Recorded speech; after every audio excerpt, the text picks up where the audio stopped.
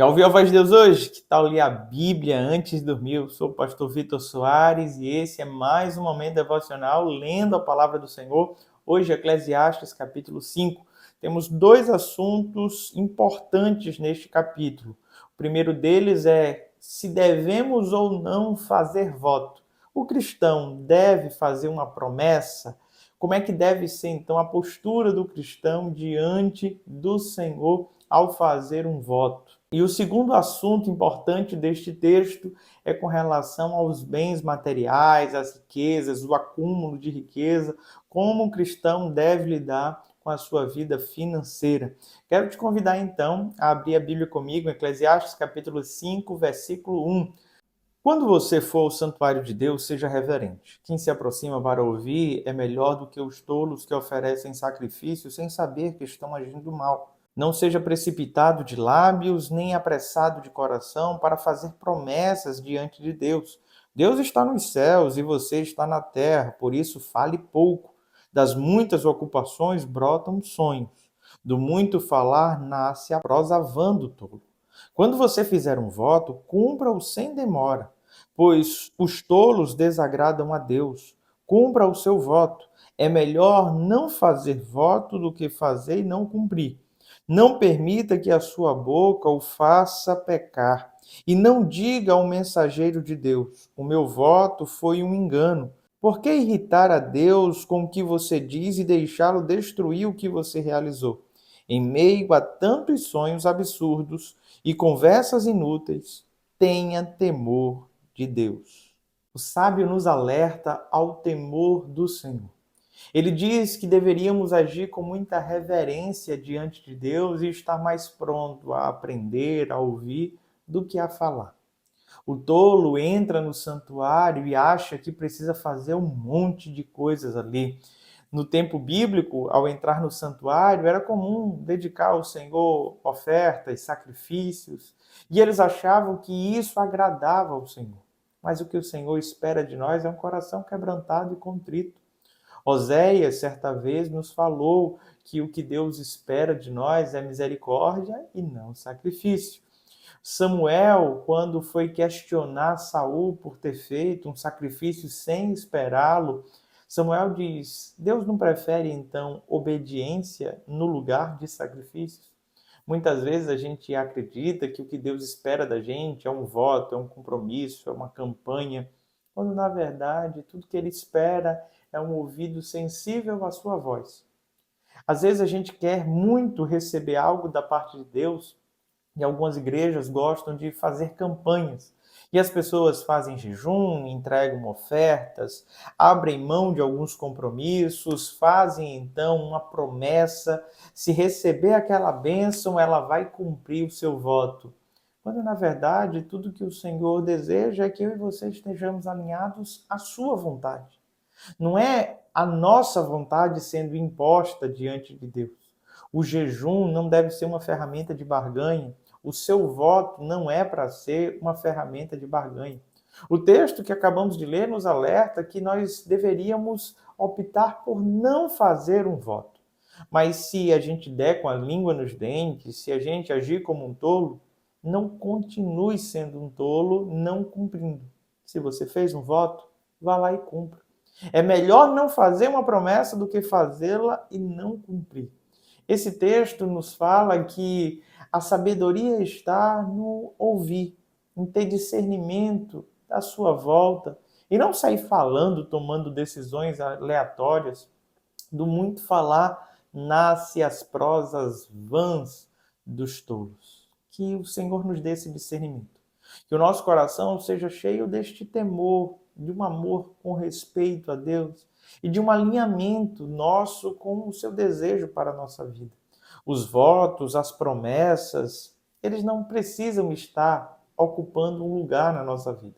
Se eu e você estamos no centro da vontade de Deus, vivendo em obediência, o voto perde completamente o seu sentido. Ele não tem mais um lugar. Agora, esse movimento de barganha é sempre tolo, porque nenhum de nós tem algo para oferecer a Deus para que Ele possa realmente nos retribuir, para que Ele queira nos dar algo em troca. A palavra de Deus diz que Ele nos amou primeiro. Ele já nos entregou primeiramente tudo aquilo que eu e você precisamos. Então não tem nada que eu e você venhamos a oferecer como barganha para que o Senhor possa nos atender. Todas as vezes que tentamos barganhar com Deus, queremos então ocupar um lugar que não é nosso. Queremos nos equiparar ao Senhor como se tivéssemos poder de negociação, poder de barganha. Na verdade, manda quem pode, obedece quem tem juízo. Seja submisso à vontade do Senhor. O autor deste texto começa então a nos apresentar um cenário que é o dilema dos bens. As pessoas que acumulam bens, mas nunca se satisfazem. Os bens, no lugar de trazer conforto e segurança, acabam sendo uma armadilha. Eu quero te convidar a ler esse texto comigo. Verso 10. Quem ama o dinheiro jamais terá o suficiente. Quem ama as riquezas jamais ficará satisfeito com os seus rendimentos. Isso também não faz sentido. Quando aumentam os bens, também aumentam os que os consomem. E que benefício trazem os bens a quem os possui, se não dar um pouco de alegria aos seus olhos? O sono do trabalhador é ameno, quer coma pouco, quer coma muito, mas a fartura de um homem rico não lhe dá tranquilidade para dormir. Há um mal terrível que vi debaixo do sol, riquezas acumuladas para a infelicidade do seu possuidor. Se as riquezas dele se perdem num mau negócio, nada ficará para o filho que lhe nascer. O homem sai nu do ventre de sua mãe, e como vem, assim vai. De todo o trabalho em que se esforçou, nada levará consigo. Há também outro mal terrível. Como o homem vem, assim ele vai, e o que obtém de todo o seu esforço em busca do vento. Passa toda a sua vida nas trevas e com grande frustração, doenças e amargura. O alerta do sábio nesse texto em nenhum momento é para que eu e você não sejamos prósperos, para que eu e você não tenhamos bens. Ele não está falando sobre isso. Todos nós entendemos que o amor ao dinheiro é a raiz de todos os males, é o que nos diz o Novo Testamento. Ele está falando sobre pessoas que são gananciosas, avarentas, que amam os bens, que amam o dinheiro, que usam pessoas. É esse cenário que está sendo narrado aqui. Aqueles que se apegam aos bens materiais, que têm o seu coração cheio deles, nunca se satisfarão. E passarão por cima de pessoas da ética, da moral, da fé, simplesmente em busca de mais lucros, de mais dividendos, de mais recompensas. O que o autor nos fala é que o trabalhador, por mais que tenha pouco, ele consegue dormir um sono tranquilo. Mas a riqueza do rico, e o rico que ele está colocando aqui é aquele rico avarento, não lhe possibilita dormir em paz. Ele sempre fica naquela expectativa de que pode perder tudo que construiu, pode não deixar nada para a geração futura. Ele não tem tranquilidade em nenhum momento. E essa linha de raciocínio me faz tomar uma nova postura diante dos meus bens, diante dos recursos que o Senhor tem me confiado. Sabe, o meu coração não pode estar preso a nenhum deles. E quando fala sobre o coração não estar preso a nenhum deles, isso quer dizer que eu entendo que eu não possuo coisa alguma. Na verdade, eu sou mordomo daquilo que Deus tem me confiado. E eu preciso ser um bom mordomo de tudo isso.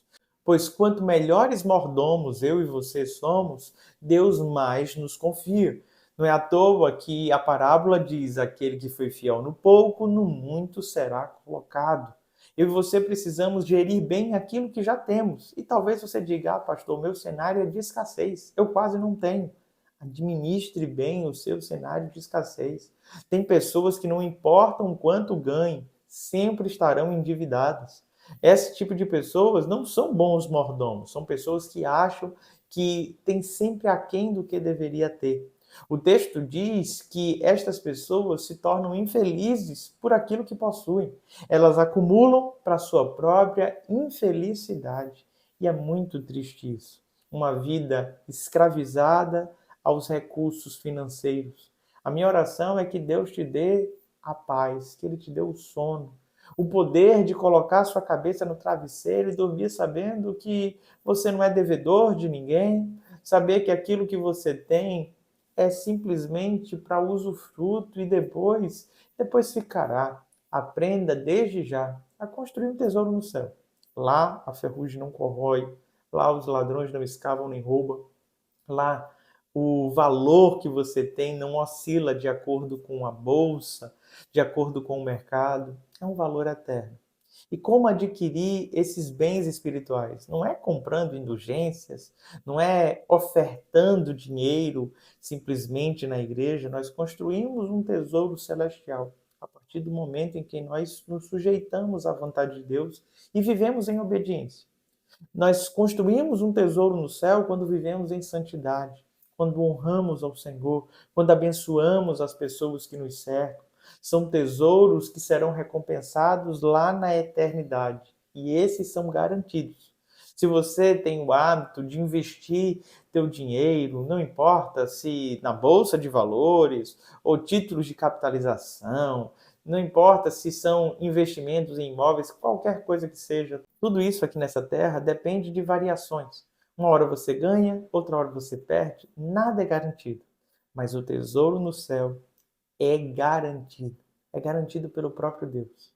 Ele promete e cumpre. Ele não é como o homem, nem tampouco como o filho do homem. Ele promete e cumpre aquilo que diz, ele não mente. E é dentro dessa perspectiva que eu te convido a viver a tua vida, tanto com relação aos bens, como com relação às promessas que muitas vezes você faz ao Senhor. Vamos orar? Ó Deus, muito obrigado por tua palavra. Nos ensina a ter discernimento e ouvir a tua voz e seguir a tua vontade. Ó Pai, nos ajuda a administrar bem os recursos que o Senhor tem nos confiado. A sermos verdadeiramente bons mordomos, ó Pai, de tudo aquilo que o Senhor tem nos dado.